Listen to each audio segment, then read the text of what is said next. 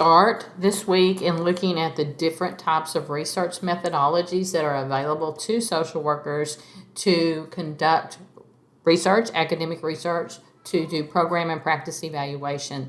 One of the main designs that is available to social work practitioners, and one of the easier ones for us to use in the practice setting, is that of the single subject design. It's also called case level designs.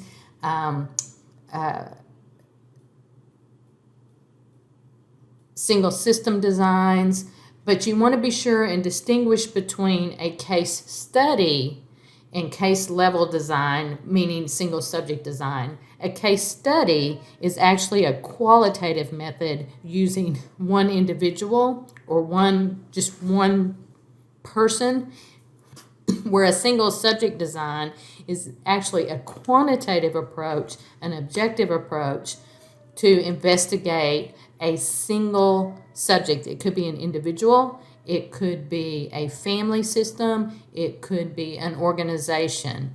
But be sure and distinguish between what is a case study and a case level design or a single subject design. What we're going to be talking about are single subject designs. There's essentially three components that are required to set up and conduct a single subject design. And the first is there has to be a target problem. There has to be something that you're going to work on. We're going to use a client for an example. There has to be a target problem identified and set up to be measured. There's going to have to be an intervention that's also going to have to be measurable. And then there's going to have to be the outcomes that are going to be displayed in terms of graphical presentation. So we want to first set measurable client objectives. And these are the client target problems. These are the areas that the client feels that they need to be working on.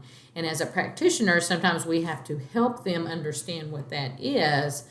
But what we have to know is if we're going to evaluate our intervention to determine if it's making a difference on the client target problem, we have to set up the target problem so that it's specific, it's measurable, and it's the desired outcome that the client's going to want. So what we need to do from a research perspective is operationalize the target problem. Make it measurable somehow. So if a client is wanting to reduce feelings of anxiousness, then we ask them, what does anxiousness look like in your life? Maybe they have fleeting thoughts. Maybe they are unable to concentrate. Maybe their heart rate goes up. Maybe they get nauseated. Maybe they have feelings of panic.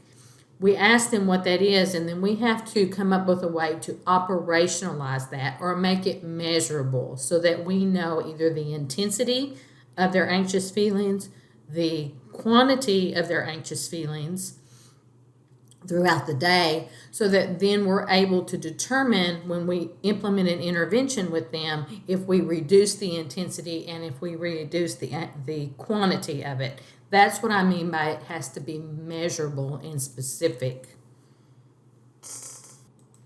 And again here I'm just reiterating that the target problem cannot be dealt with until it's been expressed in measurable indicators.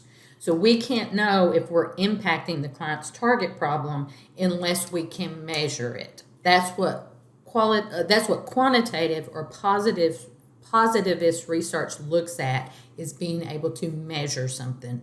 So specification of that target problem may include a standardized instrument, a way to record the intensity of the anxiety. So maybe you're wanting to help the client reduce feelings of anxiety, so you give them a scale of how they feel anxious from 0 to 7, and you ask them to complete that at different times during the day or whenever they're involved in different activities.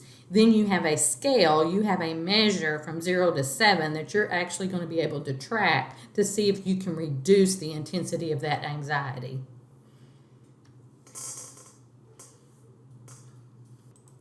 And here we want to make sure and always be conscious of the measurement methods that we're going to be using when we're looking at single subject designs.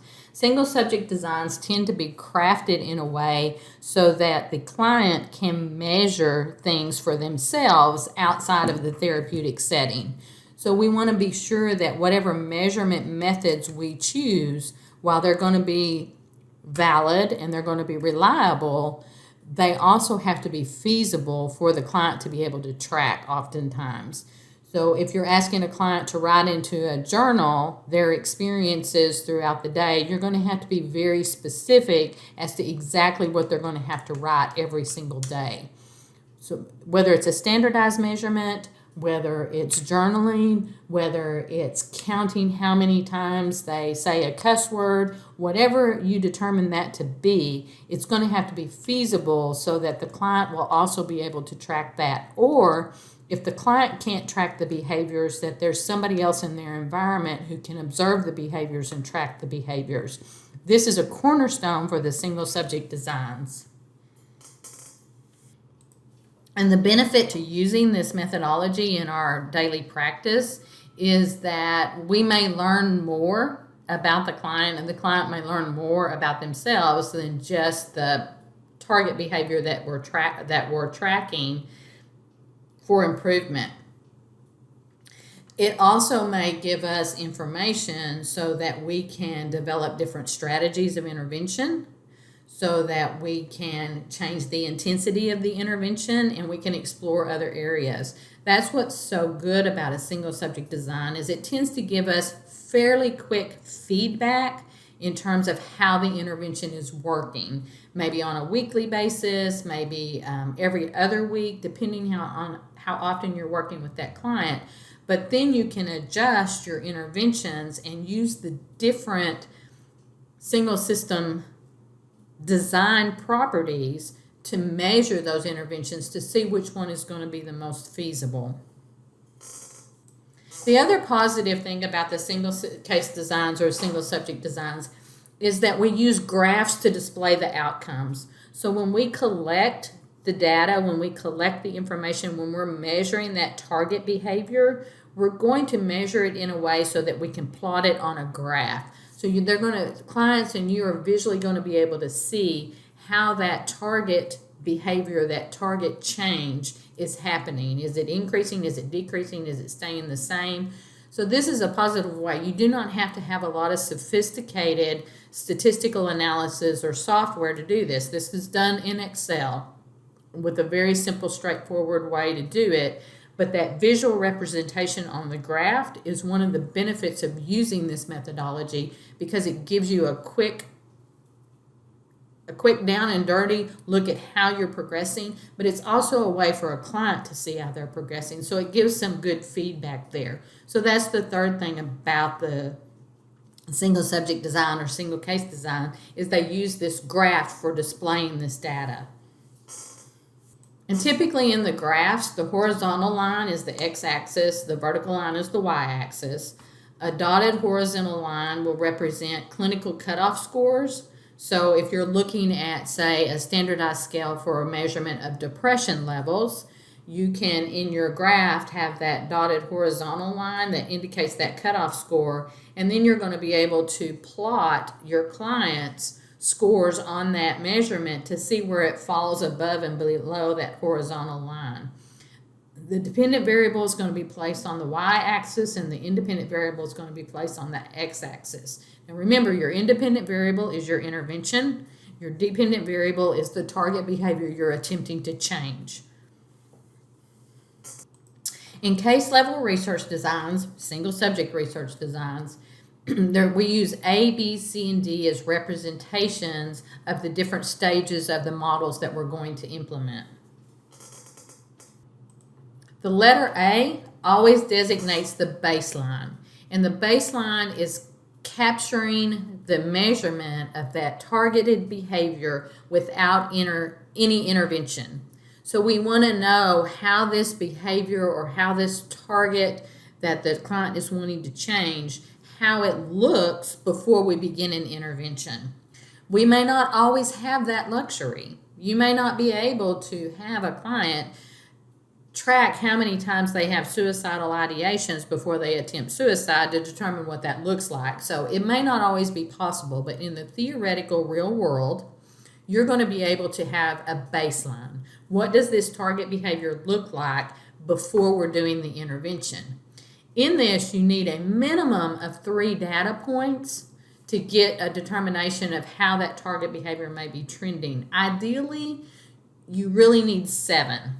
Okay, so you need to see, is the behavior, does it go up on the weekends, down on the weekends, whatever you're looking at in terms of a time frame.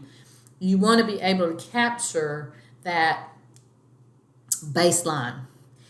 If you cannot capture a baseline, you could potentially ask a client to go back and try to remember and have a simulated baseline to just give you an idea, but know that it's not real. It's not going to be highly valid or highly credible, but it could give you a starting point.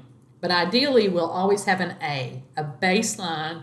So that is tracking the target behavior, the target problem, without any intervention, before any intervention begins. And again, you need a minimum of 3 to show a trend, but ideally you need about 7 points to determine the trend of that target behavior or that target problem that the client is wanting to work on, okay? So the baseline should show that either the client's problem is stable and it continues at a stable, or that it's getting worse. If for any reason a baseline shows that the problem behavior is getting better, there would be no reason to do an intervention. So we want to know that it's stable across time and the target problem continues, or that it's getting worse. This is what the baseline can potentially show us.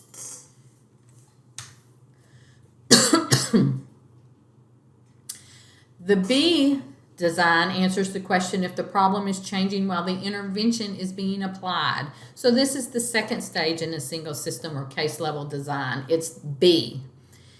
Once we established the baseline for the target problem, we implement an intervention. And on the graph, you're going to see at this point, this becomes labeled as B. This is the second part. So this is in terms of when the intervention is applied, does the target problem change?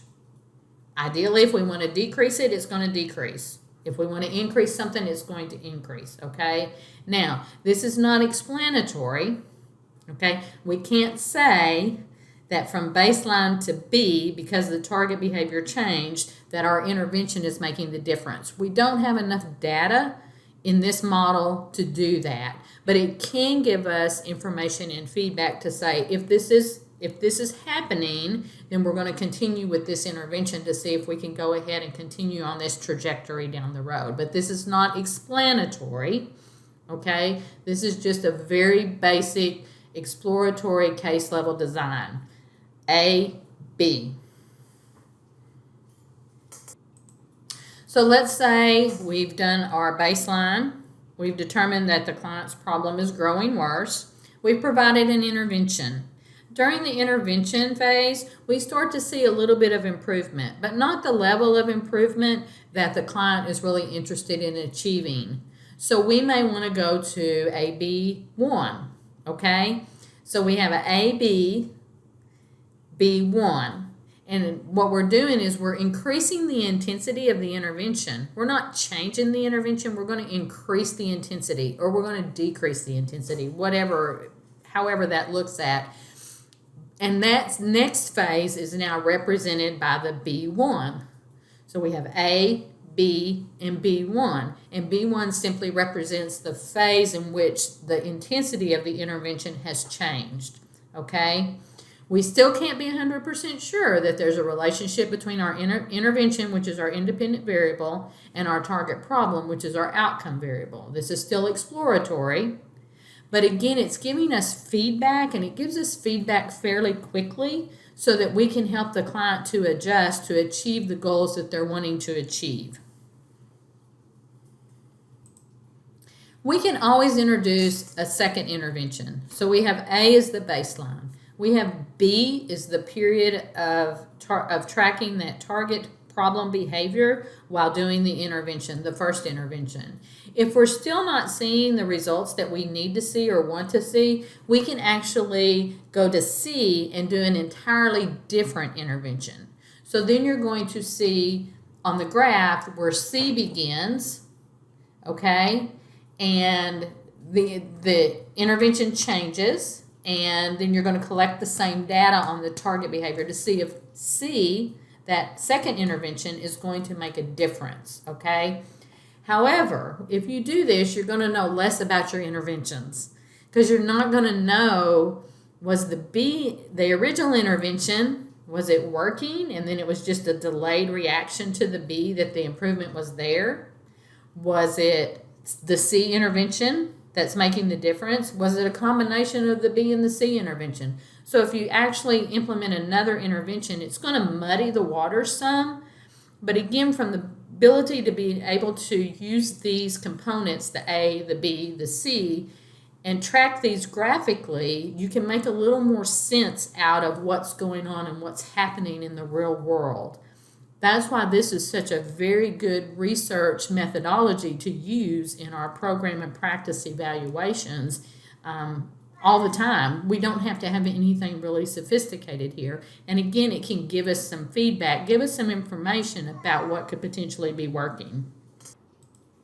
So then we had an A, we had an AB, we had a B1, okay, and then we had ABC, and those are exploratory descriptive level designs, okay? We're going to get into a little bit more of the descriptive case level designs now. You can actually have a B only, where you just look at the intervention and do the behavior through the B phase because you don't have an A and you don't move on to a C. But just remember, these denote, A is always collecting the problem behavior, the measurement on that without an intervention. And then the other letters dictate what intervention is happening. So the AB design, it's not, again, I said it's not explanatory.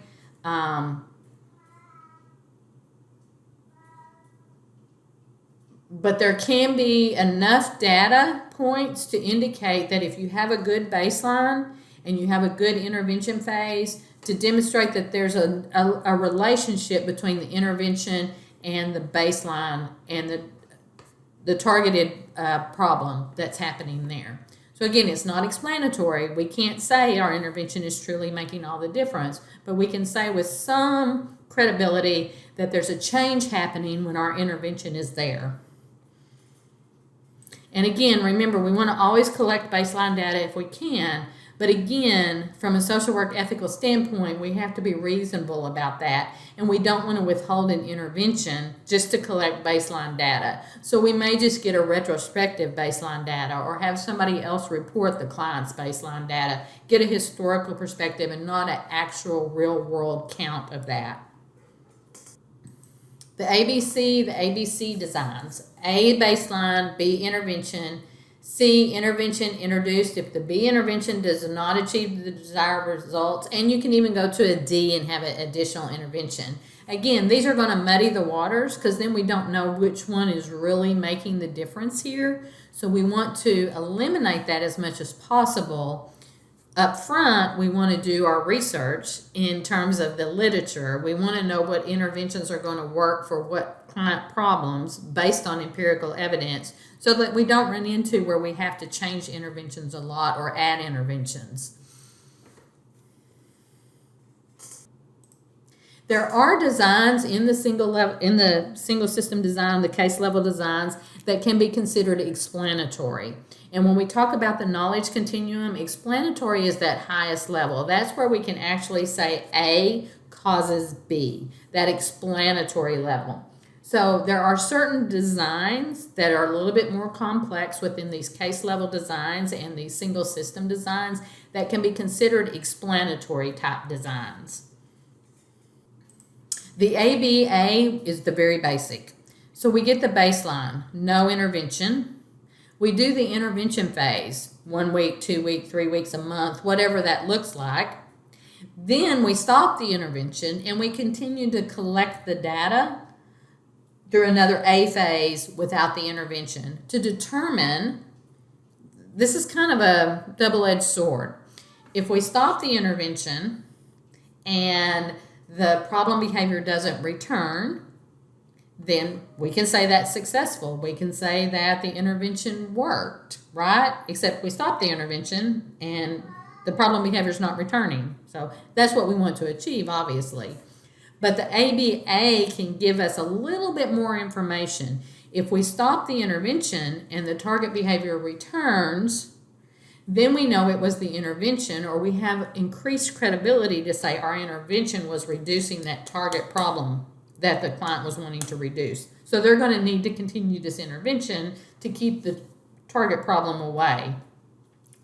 Again, we could do an ABAB, and this gives us a little bit more credibility. We do the baseline, we do the intervention, we stop the intervention, we collect the data, see how that target problem behaves, then we reintroduce the intervention to see if it again impacts that target problem. So an ABAB gives us even more information and more credibility to say, look, our intervention is making the difference here. It's going to be a good idea for you to continue this intervention to keep this target problem at bay.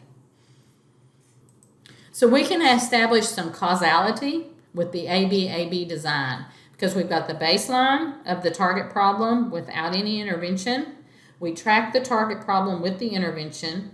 We remove the intervention and we track the target problem without the intervention, and we reintroduce the intervention again to see if it impacts the target problem. So this gives us, again, a little bit more credibility to determine what happens when there's no intervention and when the intervention is happening related to that target problem. This can also be kind of a luxury because this is more of a long-range type of evaluation. So if you're working with a client for a long period of time, you may have the luxury of doing this. Otherwise, you may be stuck with an ABA or an AB, or you may have one that is just a natural environment. You get the baseline, you do the intervention, the client is discharged, so the intervention stops. While the client is discharged at home doing their thing, the target problem returns, they return to you. You reintroduce the intervention and the target problem goes away. So there's different ways that this can be tracked, but the ABAB gives us a little bit more credibility to talk about causality. We can do the same thing if we don't have that baseline phase. We can do a B, start the intervention phase. We can remove the intervention, and then we could do a baseline of the target problem, and then we can reintroduce the intervention. So we can still have a BAB even if we can't get that initial baseline phase. So we can know if the problem improved twice following the intervention and have a little bit more, again, credibility to be able to say the intervention has made the difference in this target problem. This is a more complex explanatory one. You've got the ABC, BC design. So the B intervention is followed by a C intervention twice in succession. And then you're able to compare the B and the C interventions to see which one may have been more effective in that. Again, this is over a longer period of time, and we might not always have the luxury of doing this elaborate of a explanatory case level design. But hopefully you can see how the patterns work here to be able to explain how the intervention impacts that target problem. Go back to the very beginning. The key is it has to be measurable. Your target problem has to be measurable. There has to be some way to count it, count the intensity, count the number of. Your intervention has to have those same components. So if you're having the client do meditation to reduce anxiety, you're going to have to outline exact steps for the meditation that they do every single time. The time frame, the thoughts, the chants, the position of their body, whatever that is, the specificity of the details is the devil here. If you don't have that specificity, you're not going to be able to duplicate these findings. So it has to be very specific what you're measuring and the intervention that you're providing. And again, long range, multiple baseline designs, the complexity of these designs can go up depending upon the luxury that you have to be able to measure and what questions you're trying to answer or what interventions you're trying to demonstrate are effective.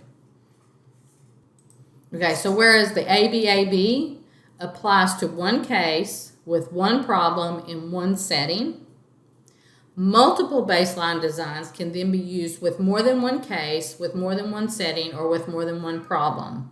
So if we want to maybe take an example of a child who throws temper tantrums, and we have interventions that we want to use to reduce the temper tantrums, we may have multiple settings. Mom may be collecting data at home, the teacher may be collecting data in the classroom, and the after-school coordinator may be collecting it in the after-school program. So we can have multiple settings. So the complexity happens depending on what you're looking at, and then you can compare settings and compare interventions to see if there's changes in those behaviors across the settings using this single subject case level design. If you're doing a multiple baseline study for more than one case, okay, you're going to use the same measurement instrument for each case. You're going to use the same intervention for each case, and the baseline period is varied over the number of weeks which data is collected. So that's a multiple baseline study for more than one case. And then like the example I used for the child, another way to conduct a multiple baseline study is with one client in a number of settings. The intervention is offered in each setting. The baseline phase continues for different lengths of time in each setting. And then the third way is to do a multiple baseline study, use the same intervention with different target problems. So maybe you're going to use meditation and you're going to be evaluating anxiety, anger, and fear. You're going to have everything operationalized so that it's measurable, but you can try the same intervention across those three different target problems and then determine if that intervention works on all of them, if it works better for one or the other. So again, it gives you a variety of what you can look at for your interventions for your clients.